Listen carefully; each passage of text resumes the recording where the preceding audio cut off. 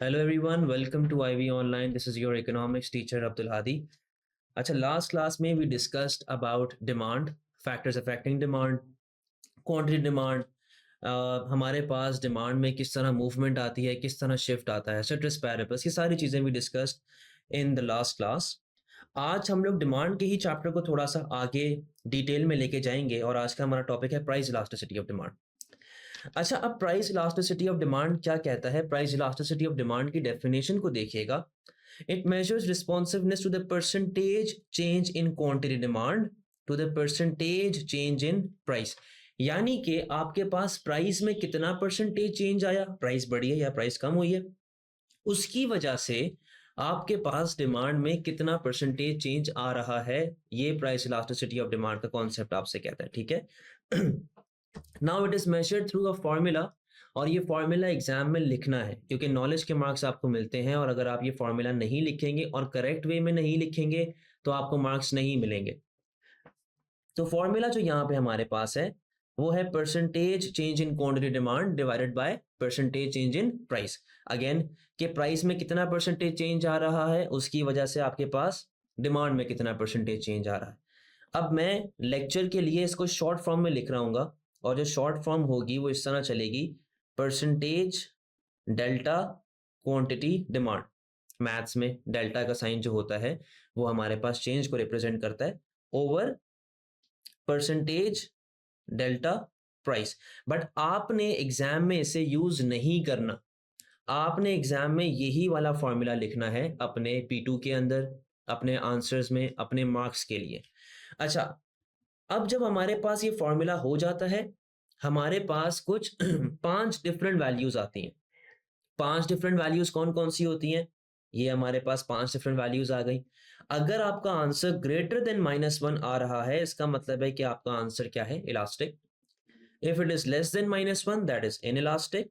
If it is equals to -1, ये है unitary elastic. If it is equals to infinity, ये perfectly elastic है। और if it is equals to 0, ये perfectly in elastic है। अच्छा, अब रियलिटी में क्या होता है? रियलिटी में हमारे पास सिर्फ ये दो केसेस एग्जिस्ट करते हैं। असल दुनिया में जो हम लोग देखते हैं, असल लाइफ में जो हम लोग देखते हैं, सिर्फ ये दो केसेस एग्जिस्ट करते हैं। बट ये 3 केसेस रियलिटी में एग्जिस्ट नहीं करते। इसीलिए इन्हें क्या कहा जाता है? इन्हें कहा जाता है एक्सट्रीम केस, यानी कि ये रियलिटी में एग्जिस्ट नहीं करते। सही है, आज से पहले करते होंगे, 100-150 साल पहले, बट आज की तारीख में ये नहीं करते। बट स्टिल मैं आपको इनकी करीब करीब रियल लाइफ एग्जांपल्स दूंगा ताकि आप लोगों को नॉलेज जो है वो बेहतर से आपकी हो जाए। अब बच्चे पूछते हैं कि सर, हम लोग अपने आंसर में ये फॉर्मूला और ये वैल्यूज कैसे एक्सप्लेन करें? अगर 8 मार्क का क्वेश्चन आपके पास आता है और वो आपसे कहता है explain what is price elasticity of demand and certain factors affecting price elasticity of demand, खैर उस पर भी जाएंगे, बट आपको मैं इंट्रोडक्शन बता रहा हूँ। इंट्रोडक्शन में you need to give definition of price elasticity of demand, it measures responsiveness और ये वो। फिर आप उसको कंटिन्यू करेंगे फुल स्टॉप के बाद, it is measured through a formula. आपने फॉर्मूला लिखा, फुल स्टॉप डाला, above formula will result in 5 different values which can be either PED greater than -1, that is elastic, comma that is less than -1 inelastic, comma list form में आपने answer नहीं लिखना, आपको अपना answer हमेशा paragraph form में लिखना है। आई होप ये सारी बातें आप लोगों को क्लियर होंगी और एग्जाम में आप अच्छे तरीके से अपेयर कर पाएंगे। अब सुने, हमारे पास डिफरेंट इलास्टिसिटीज ऑफ डिमांड है। तो पहले तो मैं आपसे बात करूंगा इलास्टिक डिमांड के ऊपर। यहाँ पे आइएगा, सबसे पहले बात करते हैं PED greater than -1, that is elastic. अच्छा, अब इलास्टिक डिमांड की डेफिनेशन को देखिएगा। इलास्टिक डिमांड की जो डेफिनेशन है वो कहता है कि यार हमारे पास percentage change in quantity demand is greater than percentage change in price. यानी कि अगर हमारे पास प्राइस में हल्का सा चेंज आ रहा है तो कंपैरेटिवली डिमांड में बहुत ज्यादा चेंज आएगा, बहुत ज्यादा परसेंटेज चेंज आएगा। आप पीईडी के आंसर्स में परसेंटेज नहीं डालोगे, आपको मार्क्स नहीं मिलेंगे। आपको परसेंटेज का साइन और परसेंटेज की जो वर्ड्स हैं वो आपको लिखने पड़ेंगे। अच्छा जी, प्राइस में हल्का सा चेंज आएगा, डिमांड में बहुत ज्यादा चेंज आएगा। कैसे होता है ये? यहाँ पे देखें, कि अगर आपकी प्राइस हल्की सी कम होगी तो क्वांटिटी डिमांड कंपैरेटिवली बहुत ज़्यादा से बढ़ेगी, और अगर आपके पास प्राइस लेवल हल्के से बढ़ेगी तो क्वांटिटी डिमांड कंपैरेटिवली बहुत ज़्यादा से कम होगी। अब यहाँ पे एक चीज़ को देखें कि हमारे पास एरोज़ ऑपोज़िट डायरेक्शन में जा रहे हैं कि एक बढ़ रहा है तो दूसरा कम हो रहा है। बट इनकी लेंथ को देखें कि अगर प्राइस हल्के से कम हो रही है तो डिमांड बहुत ज़्यादा से बढ़ रही है। रिलेशनशिप अभी भी कैसा है? रिलेशनशिप बेटा अभी भी नेगेटिव है, but we need to prove these arrows, we need to prove this area to the examiner in our diagrams. यहाँ पे है, इसकी मैं डायग्राम यहाँ पे आपके सामने स्केच कर रहा हूँ। इधर आ गई आपके पास प्राइस, यहाँ पे आ गई आपके पास क्वांटिटी। रिलेशनशिप नेगेटिव है, कर्व डाउनवर्ड स्लोपिंग बनेगा, बट एक चेंज को देखिएगा, इलास्टिक में आपका कर्व हमेशा ऐसे एक फ्लैटर कर्व बन रहा होता है। कैसा बनेगा? एक फ्लैटर कर्व, थोड़ा सा स्ट्रेट जा रहा होगा। ये मैंने फ्लैटर क्यों बनाया है? क्योंकि मुझे इनको प्रूव करना है। यहां पे देखें कैसे कि इनिशियली फॉर एग्जांपल आपके पास ये प्राइस थी, आप इतनी क्वांटिटी कंज्यूम कर रहे थे, ठीक है, आप पॉइंट ए पे थे, आपके पास प्राइस लेवल सिर्फ हल्के से कम हो रही है, पी से P1। तो आप यहाँ पे देखें कंपैरेटिवली आपकी डिमांड पे कितना ज़्यादा अफेक्ट आ रहा है। प्राइस सिर्फ हल्के से कम हो रही है जबकि डिमांड आपकी बहुत ज़्यादा से बढ़ रही है। यहाँ पे देखो एरोस प्रूव हो गए, प्राइस के अंदर थोड़ा सा चेंज आया और डिमांड में काफ़ी ज़्यादा चेंज आ रहा है। अब आप आ गए हैं from point A to point B. अब सवाल ये है कि सर ये चीज़ें कैसे होती हैं कि मैं प्राइस हल्की सी चेंज कर रहा हूँ तो डिमांड बहुत ज़्यादा से बढ़ रही है? ये बेटा कुछ फैक्टर्स की वजह से होती हैं, और पहला फैक्टर जो हमारे पास है वो ये है कि मार्केट में आपके पास सब्स्टिट्यूट्स बहुत ज़्यादा हैं, आपके पास कंपेटिटर्स बहुत ज़्यादा हैं, यानी कि आपके पास मार्केट में कंपटीशन बहुत ज़्यादा है।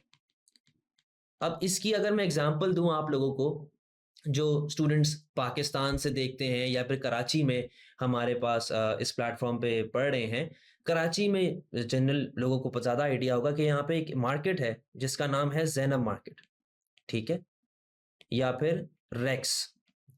जैनब मार्केट कराची में एक ऐसी जगह है, एक ऐसी मार्केट है जहाँ पर कम से कम भी 300-400-500 दुकानें सिर्फ कपड़ों की हैं। टी शर्ट्स, ट्राउजर्स, जीन्स आपको मिल रही हैं। इसी तरीके से पूरी दुनिया में हर शहर में एक बहुत बड़ी कोई मार्केट होती है, जैसे मोबाइल फ़ोन मार्केट हो गया, शूज़ की मार्केट हो गई। आई एम श्योर जिस भी कंट्री से या जिस भी सिटी से आप हमें देख रहे हैं, वहाँ पर भी कोई ना कोई ऐसी एक मार्केट होगी, जहाँ पर एक ही तरह का सिमिलर प्रोडक्ट बिक रहा होता है। अब ज़ैनब मार्केट की एग्जांपल लेते हैं। ज़ैनब मार्केट में मैंने आपसे कहा टी-शर्ट्स, ट्राउज़र्स, जीन्स वगैरह बिक रहे हैं। अच्छा, अब सुनें, वहाँ पे 400-500 दुकानें आ गई टी-शर्ट्स की। तो अगर एक प्रोड्यूसर उसे महँगा बेचेगा, अगर एक प्रोड्यूसर अपनी प्राइस हल्की-सी बढ़ाएगा तो मैं फ़ौरन से दूसरे की तरफ जाऊँगा। यानी कि उसकी डिमांड बहुत ज़्यादा से गिरेगी। हम बोलेंगे यार हम तुमसे क्यों लें भाई? तुम्हारे साथ की दुकान वाला सस्ता सामान बेच रहा है तो मैं तुमसे क्यों लूँ? और अगर वही सेम प्रोड्यूसर प्राइस को हल्का-सा कम करेगा तो लोग मक्खियों की तरह उसकी तरफ भागेंगे। लोग बोलेंगे कि भाई भागो इसके पास, चीज़ लो इससे, क्योंकि ये दूसरों के मुकाबले में सस्ती चीज़ दे रहा है। समझ में आती है बात? तो ये हमारे पास रिलेशनशिप चल रहा होता है इन इलास्टिक डिमांड। अच्छा, जैसा मैंने आपसे कहा कि बेटा अगर एक प्रोड्यूसर ने अपनी प्राइस हल्के से बढ़ाई तो सारा कंज्यूमर या मेजॉरिटी ऑफ कंज्यूमर दूसरे सब्स्टिट्यूट्स की तरफ शिफ्ट करेगा, यानी कि कंज्यूमर ने प्रोड्यूसर की प्राइस इंक्रीज को फौरन से रिस्पॉन्ड किया है। रिस्पॉन्ड कैसे किया? इस एक्ट से कि हम तुमसे सामान नहीं लेंगे। तो बेटा इलास्टिक डिमांड में हमारे पास रिस्पॉन्सिवनेस भी कैसी होती है? रिस्पॉन्सिवनेस भी बहुत ज्यादा होती है, ठीक है। अच्छा, फर्दर एग्जांपल आप यहाँ पे ले सकते हैं, जैसे कि एक लग्जरी गुड की या फिर एक समझ लें गोल्ड की, कि यार एक बात बताएं, gold is not required for me in order to survive. अगर मेरे पास गोल्ड नहीं होगा या मेरे पास लग्जरी कार नहीं होगी तो मैं मर नहीं जाऊंगा, मुझे जिंदा मैं फिर भी रह लूंगा, ठीक है। तो यही चीज हमें इलास्टिक बताती है कि it is not essential for living, you can survive without it. तो ये हमारे पास इलास्टिक डिमांड का जो है कॉन्सेप्ट होता है। फर्दर आगे बढ़ते हैं। अब हम लोग जाएंगे इन इलास्टिक के ऊपर, इन इलास्टिक डिमांड, जहां पर आपकी पीईडी लेस देन -1 होती है। अच्छा, इलास्टिक और इन इलास्टिक बिल्कुल ऑपोजिट। इन इलास्टिक जो है वो इलास्टिक का बिल्कुल ऑपोजिट है। इलास्टिक की डेफिनेशन आपसे क्या कहती थी? वो कहती थी कि प्राइस में हल्का सा चेंज आएगा, डिमांड में बहुत ज्यादा चेंज आएगा। तो इन इलास्टिक क्या कहेगा? इन इलास्टिक कहेगा कि प्राइस में ज़्यादा चेंज आएगा, तो डिमांड में सिर्फ़ और सिर्फ़ थोड़ा-सा चेंज आ रहा होगा। यानी कि इसकी डेफ़िनेशन आपसे क्या कहती है? वो कहती है जी कि percentage change in quantity demand is less than percentage change in price. अच्छा, अब मैं इसको वेरिएबल फॉर्म में लिख रहा हूँ, आप लोगों ने प्रॉपर इसको एक आंसर फॉर्म में, पैराग्राफ फॉर्म में लिखना है, वर्ड्स के साथ। तो इनइलास्टिक कहता है जी percentage change in quantity demand is less than percentage change in price. यानी कि अगर आपके पास प्राइस लेवल ज़्यादा से बढ़ती है, तो आपकी क्वांटिटी सिर्फ़ और सिर्फ़ हल्के से कम होगी। और अगर आपकी प्राइस लेवल बहुत ज़्यादा से कम होती है, तो आपकी क्वांटिटी सिर्फ़ और सिर्फ़ हल्के से बढ़ेगी। अब यहाँ पे देखें, एरोज़ तो बेटा अभी भी ऑपोज़िट डायरेक्शन है। एरोज़ अभी भी उल्टा जा रहे हैं, एक ऊपर तो दूसरा नीचे। बट आप यहाँ पे इनके गैप को देखें।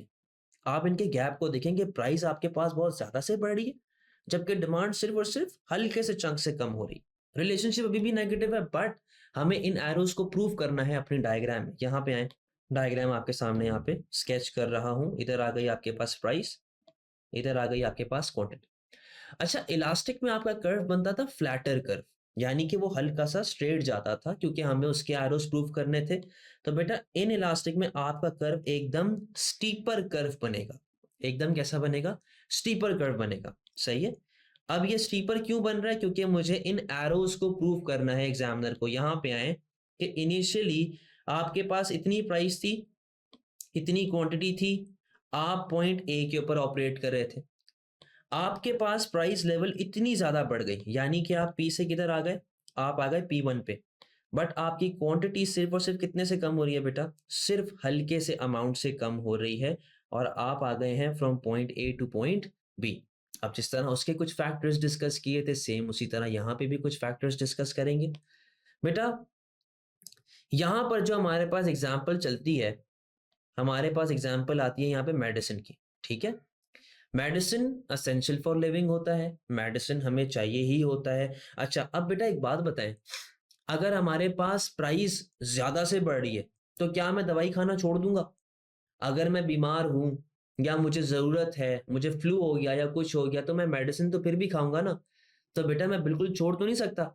अच्छा, एक और बात, अगर आपके पास फॉर एग्ज़ाम्पल मेडिसिन की प्राइस कम हो जाती है, तो क्या टॉफ़ियों की तरह खाना शुरू कर देंगे उसे? नो। उतनी ही खाएँगे ना जितनी लिमिट हमें ज़रूरत है। तो आपके पास यहाँ पे एग्ज़ाम्पल आती है मेडिसिन की, यानी कि यहाँ पे गुड कैसा चल रहा होता है? Necessity good. अच्छा बेटा, इलास्टिक में कॉम्पिटिशन ज़्यादा था, इनइलास्टिक में हमारे पास कॉम्पिटिशन कम होता है, ठीक है? इलास्टिक में सब्स्टिट्यूट ज़्यादा थे, इनइलास्टिक में हमारे पास सब्स्टिट्यूट्स कम होते हैं, ठीक है? इलास्टिक में रिस्पॉन्सिवनेस ज़्यादा थे, यानी कि आप फ़ौरन से प्रोड्यूसर की प्राइस चेंज को रिस्पॉन्ड कर रहे हैं। यहाँ पे आपके पास रिस्पॉन्सिवनेस कैसे होंगे बेटा? यहाँ पे आपके पास रिस्पॉन्सिवनेस लो होंगे। समझ में आती है बात? तो ये 2 हमारे पास कॉन्सेप्ट्स थे, इलास्टिक एंड इनइलास्टिक के, जो चीज़ें आपको पता होनी चाहिए। नाउ मूविंग फर्दर, अब हम लोग जा रहे हैं अपने एक्सट्रीम केसेस की तरफ। देखिए, एक्सट्रीम केसेस वो केसेस जो असल दुनिया में, असल रियलिटी में एग्जिस्ट नहीं करते। तो यहाँ पर हम लोग पहले बात करेंगे, जो हमारा तीसरी पीईडी है, वो है यूनिटरी इलास्टिक। और यूनिटरी इलास्टिक की पीईडी होती है इक्वल्स टू -1। अच्छा, इलास्टिक कहता था प्राइस में हल्का सा चेंज आएगा, डिमांड में बहुत ज़्यादा चेंज आएगा।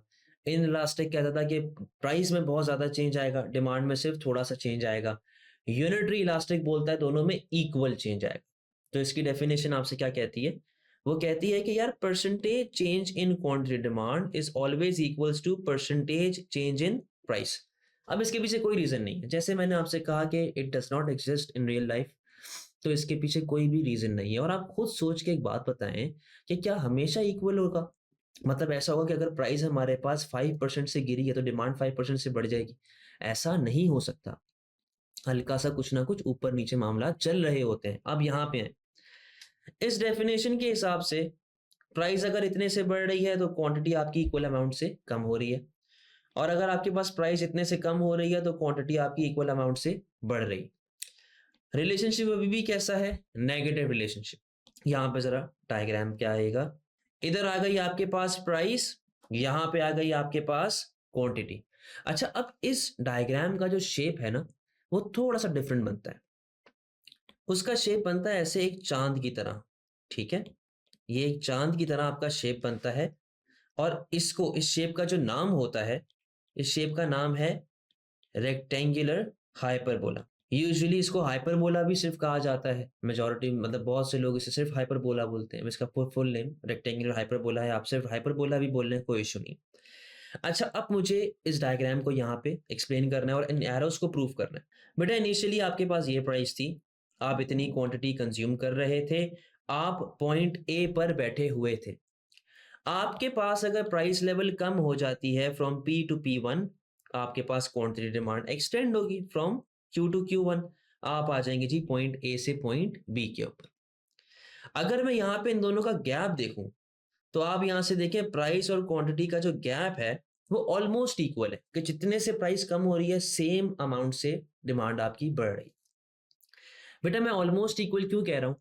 मैं ऑलमोस्ट इक्वल इसलिए कह रहा हूँ क्योंकि एग्जाम में इकोनॉमिक्स के आप डायग्राम को स्केच करते हैं, आप ग्राफ पेपर्स तो नहीं लेके जाते, आप डायग्राम को प्लॉट तो नहीं करते, आप डायग्राम्स को स्केच करते हैं। सही है? तो जितने से आपके पास प्राइस लेवल कम हो रही है ऑलमोस्ट इक्वल अमाउंट से आपके पास डिमांड बढ़ रही। ठीक है जी। अब ये था पहला हमारा एक्सट्रीम केस। अब अगले एक्सट्रीम केस की तरफ जाते हैं। फिर आपके पास आता है जी परफेक्टली इलास्टिक, ठीक है? और इसकी आपके पास जो वैल्यू होती है वो होती है PED is equals to infinity. अच्छा, अब परफेक्टली इलास्टिक आपसे क्या कहता है, इसके जरा कॉन्सेप्ट को समझिएगा। परफेक्टली इलास्टिक कहता है कि आपके पास थाउजेंड्स ऑफ प्रोड्यूसर्स हैं, वो थाउजेंड्स ऑफ प्रोड्यूसर्स क्या कर रहे हैं, वो सेम गुड बना रहे हैं, ठीक है? उन गुड की जो प्राइस है वो भी सेम है और इन गुड की जो क्वालिटी है वो भी क्या है, सेम है।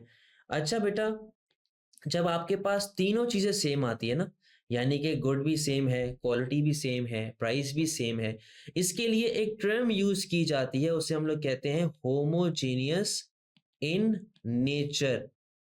बेटा ये इकोनॉमिक टर्मिनोलॉजीज हैं जो आपको मार्क्स गेन करके देंगी और ये आपको अपने आंसर में लिखना है। तो ये कैसी होती हैं भाई? ये होती हैं होमोजेनियस इन नेचर। अच्छा, अब रियलिटी में एग्जिस्ट नहीं करता, बट अगर मैं आपको इसकी करीब करीब एग्जांपल दूं, जिस तरह हमारे पास कराची में पाकिस्तान में होता है, इसकी एग्जांपल होती है दूध वाले मिल्क शॉप। मिल्क शॉप कौन सी? मैं ब्रांड्स की बात नहीं कर रहा, मैं जनरल प्रोड्यूसर्स की बात कर रहा हूँ। हर गली में एक ना एक दूध की दुकान लाजमी होती है, हर इलाके में 4-5 दूध की दुकानें होती हैं, ठीक है? तो अगर मैं पूरे शहर की बात कर लूँ तो हमारे पास थाउजेंड ऑफ प्रोड्यूसर्स आ गए। सही है? अच्छा, अब आगे सुने। गुड क्या है? मिल्क। क्वालिटी तकरीबन सेम होती है, लेकिन अब क्योंकि मिल्क पाकिस्तान की बात कर रहे हैं, जैसे मैंने आपसे कहा कि मैं करीब करीब एग्जांपल दे रहा हूं, तो हल्का फुल्का सा चेंज क्वालिटी में आ जाता है। बट प्राइस, बेटा प्राइस हर बंदे की दूध की सेम है। प्राइस आजकल मेरे ख्याल में 220 रुपीज पर लीटर चल रही है। तो आप एरिया 1 से ले लो, आप एरिया 2 से ले लो, या आप बहुत ही अपर क्लास एरिया से ले लो, या फिर आप बहुत ही लोअर क्लास एरिया से ले लो, बेटा दूध की प्राइस क्या चलेगी? जो ऑलरेडी मार्केट में चल रही है, 220 रुपीज पर लीटर। सही है? अब सुने, अब एक बात है बेटा, अगर मुझे पता है कि मेरे दूध की प्राइस 220 रुपीज पर लीटर है, मैं जहां से भी ले लूं, तो अगर एक प्रोड्यूसर मुझे 225 का बेचेगा तो क्या मैं उससे लूंगा? नो। अगर कोई प्रोड्यूसर मुझे 230 का बेचेगा, क्या मैं उससे लूंगा? नो। क्योंकि भाई जब दूध की प्राइस ही 220 है तो मैं तुम्हें 1 रुपया भी एक्स्ट्रा क्यों दूं? कहने का मकसद ये है कि इस परफेक्टली इलास्टिक में मेरा प्रोड्यूसर मेरे कंज्यूमर को पागल नहीं बना सकता, वो उसको बेवकूफ नहीं बना सकता। यानी कि बेटा मेरे कंज्यूमर के पास परफेक्टली इलास्टिक डिमांड में क्या होती है? Perfect knowledge. परफेक्ट नॉलेज का मतलब कि उसे कोई भी बंदा पागल नहीं बना सकता, उसको हर चीज का पता है, उसको अच्छाइयां बुराइयां पता है। तो बेटा परफेक्टली इलास्टिक डिमांड को हम लोग एक और नाम से भी बुलाते हैं, जिसे हम लोग कहते हैं परफेक्ट कंपटीशन। ठीक है, इसे हम लोग कहते हैं जी परफेक्ट कंपटीशन। सही है? अच्छा, मैंने आप लोगों से कहा कि बेटा दूध की जो प्राइस है that is fixed, that is same, आप कहीं से भी ले लो, प्राइस में कोई भी चेंज नहीं आएगा। तो बेटा आपकी प्राइस हमेशा क्या रहेगी? आपकी प्राइस हमेशा रहेगी सेम। हाँ, बट एक प्रॉब्लम है, मैं फॉर एग्जांपल अपने घर के लिए 2 लीटर दूध परचेज़ करता हूँ, आप शायद 4 लीटर करते हो, कोई और हो जो शायद 1 लीटर दूध परचेज़ करता हो, यानी कि आपकी क्वांटिटी बेटा बढ़ भी सकती है और आपकी क्वांटिटी कम भी हो सकती है। बट आपकी प्राइस हमेशा कैसी रहेगी? प्राइस में कोई भी इफ़ेक्ट नहीं आएगा। कोई मसले वाली बात, ये हमारे पास सारी बेसिक कॉन्सेप्ट इसका चल रहा होता है। अब अगेन मुझे इस जो ये एरोज़ हैं या जो प्राइस और क्वांटिटी का गेम है, इसे डायग्राम में शो करना है। डायग्राम देखिएगा ज़रा। बेटा वाई एक्सिस पे प्राइस, एक्स एक्सिस पे क्वांटिटी। आपके पास प्राइस फिक्स्ड है but your quantity can change, तो आपका कर्व बिल्कुल ऐसे हॉरिजॉन्टल कर्व बनता है। ठीक है? अब सुने, इनिशियली फॉर एग्जांपल एक बंदा जो है वो 2 लीटर दूध परचेज़ कर रहा है, पॉइंट ए पे ऑपरेट कर रहा है। मेरे घर पे मेहमान आ गए पंजाब से या किसी दूसरे शहर से, तो मैंने जाहिर सी बात है मुझे दूध ज़्यादा परचेज़ करना पड़ेगा, ज़ाहिर है चाय लस्सियाँ शस्सियाँ ये वो तो बनती हैं हमारे, तो मैंने अब 4 लीटर दूध परचेज़ कर लिया। मैं आ गया पॉइंट ए से पॉइंट बी के ऊपर। अच्छा, हो सकता है कि मुझे अभी 2-4 दिन एक्स्ट्रा दूध लेने की ज़रूरत नहीं है, तो मैंने बेटा अपनी कंज़म्पशन कम कर ली। मैंने 1 लीटर दूध ले लिया, मैं पॉइंट सी पे आ गया, बट बेटा दूध की प्राइस तो सेम ही है ना जो हमारे पास चल रही है। आप 1 लीटर ले लो, आप भले 10 लीटर ले लो, सही है? तो बेटा ये हमारा कॉन्सेप्ट था परफेक्टली इलास्टिक डिमांड का। तो अब लास्ट एक्सट्रीम केस की तरफ बढ़ते हैं और जो हमारा बेटा लास्ट एक्सट्रीम केस है, यानी कि हमारा पीईडी की 5th वैल्यू, वो है हमारी PED is equals to 0। PED is equals to 0, हमारे पास जो इसका नाम होता है वो है परफेक्टली इन इलास्टिक। अब बेटा एक बात को सुनिएगा, जरा समझे इस चीज को। इन इलास्टिक और परफेक्टली इन इलास्टिक में क्या डिफरेंस है? इन इलास्टिक में मैंने आपसे कहा था कि आपके पास कंपटीशन होता है लो, और वो गुड्स होते हैं जैसे कि नेसेसिटी गुड, सही है? बट स्टिल मार्केट में कुछ ना कुछ सब्स्टिट्यूट उनका चल ही रहा होता है।